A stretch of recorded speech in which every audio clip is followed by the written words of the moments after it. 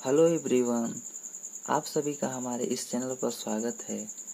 आज हम इस वीडियो से हिंदी मीडियम कक्षा 11 के मैथमेटिक्स का चैप्टर नंबर 1 समुच्चय यानी सेट्स पढ़ेंगे।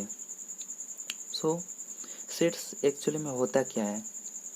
सेट वस्तुओं का सुपरिभाषित संग्रह, समुच्चय अथवा कुलक कहलाता है। क्या इसे सुपरिभाषित मतलब क्या हो?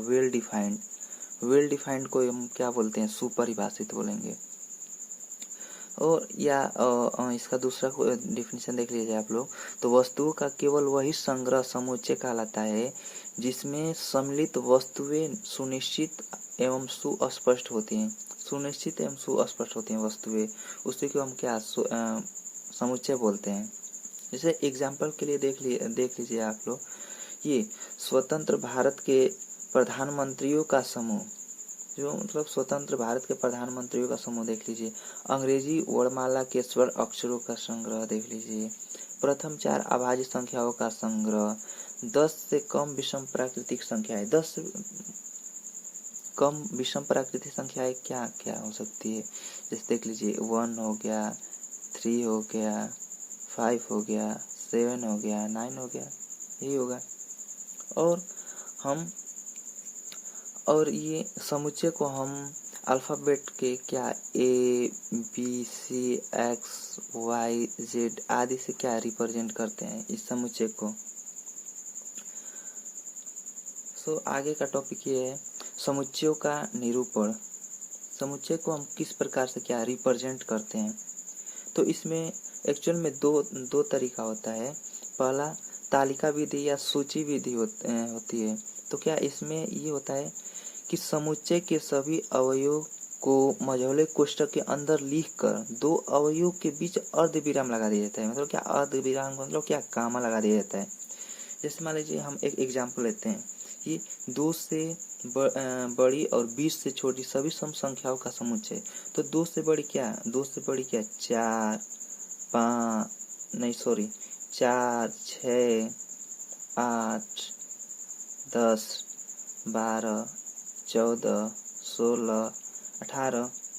और हम अभी यहाँ पढ़े हैं कि इसको सेट को हम ए बी सी या एक्स वाई जेड से रिप्रेजेंट कर सकते हैं। तो कोई मान लीजिए सेट ए है और इसी में ये 4 6 8 10 12 14 16 18 ये हो गया। अब अगला विधि हम लोग का है गुण विधि या समुच्चय निर्माण विधि। तो इस विधि में समुच्चय को उसके अवयव के उस गुण द्वारा निर्दिष्ट किया जाता है जो समुच्चय के सभी अवयव में होता है। उसके द्वारा हम निर्दिष्ट करते हैं, मतलब प्रदर्शित करते हैं।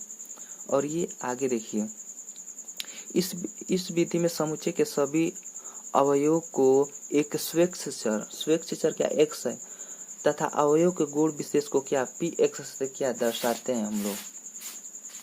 ठीक है गाइस। तो फिर आगे हम लोग मतलब दर्शाते हैं। और पी एक्स को कैसे दर्शाते हैं? जैसे ये देखिए x such that P x, ये हो गया, ऐसे दर्शाते हैं हम लोग।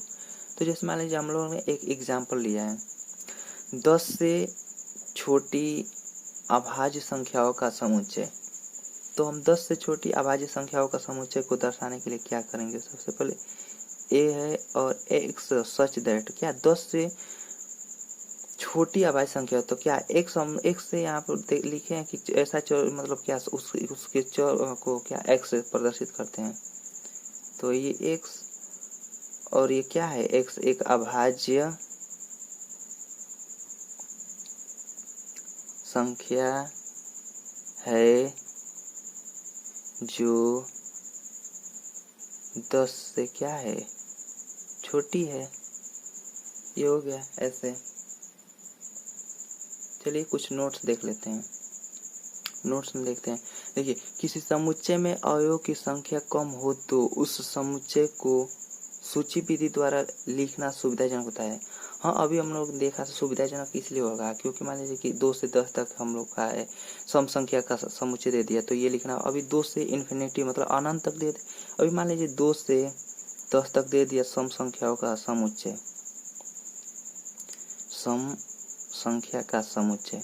तो ये तो ठीक है, 2 4 6 8 10 ये लिख लिया जाएगा। अभी दे दिया कि 2 से 500 तक का, तो क्या लिखने में थोड़ा दिक्कत होगा जैसे, और यह दे दिया 200 से इन्फिनिटी तक, तो ये लिखने में दिक्कत होगा। तो इसके लिए क्या है, ये पहला कंडीशन कि कि समुच्चय में अवयव की संख्या कम हो तो उसे क्या ये सूची विधि द्वारा लिखते हैं, मतलब ऐसे लिखते हैं। और यदि अवयव की संख्या ज़्यादा हो तो उसे समुच्चय निर्माण विधि द्वारा लिखा जाता है।